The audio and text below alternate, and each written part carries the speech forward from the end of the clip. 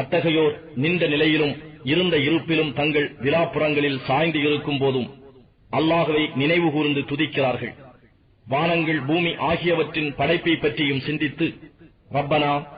இவற்றையெல்லாம் நீ வீணாக படைக்கவில்லை, நீ மகா தூய்மையானவன்,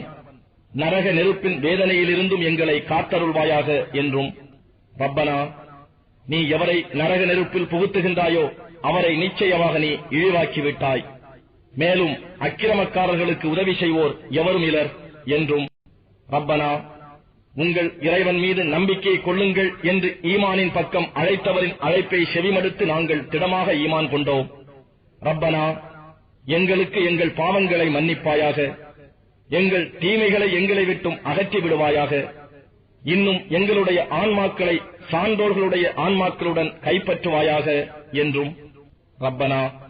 இன்னும் உன் தூதர்கள் மூலமாக எங்களுக்கு நீ வாக்களித்ததை எங்களுக்கு தந்தருள்வாயாக, மறுமை நாளில் எங்களை இழிவுபடுத்தாதிருப்பாயாக, நிச்சயமாக நீ வாக்குறுதிகளில் மாறுபவன் அல்ல என்றும் பிரார்த்தித்துக் கொண்டிருப்பார்கள்.